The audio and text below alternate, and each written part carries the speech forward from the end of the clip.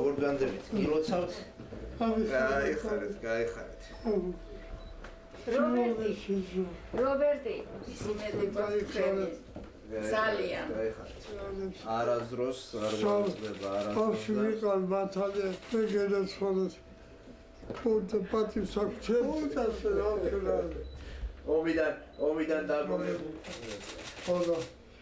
ჩემ მეგობრები აღარ განსაკუთრებული დამსახურება აქვს ჩვენი ქვეყნის და ჩვენი ხალხის მიმართ. ამ ადამიანებს აქვს განსაკუთრებული დამსახურება სამშობლოს წინაშე და სწორედ ამიტომაც ჩვენმა ხელისუფლებამ, ცენტრალურმა და ადგილობრივმა მთავრობამ იმუშავეთ აქტიურად იმაზე, რომ 70 წლის იუბილე ღირსეულად აღნიშნოთ და მეორე მხრივ ღირსეულად დავაფასოთ იმ ადამიანების ღვაწლი, რაც მათ გააჩნიათ და ის ფინანსური მხარდაჭერა, რაც ადრე 400 ლარს შეადგენდა, გაიზარდა 1000 ლარამდე და თითოეული მათგანი მიიღებს 1000 ლარიან შემწეობას.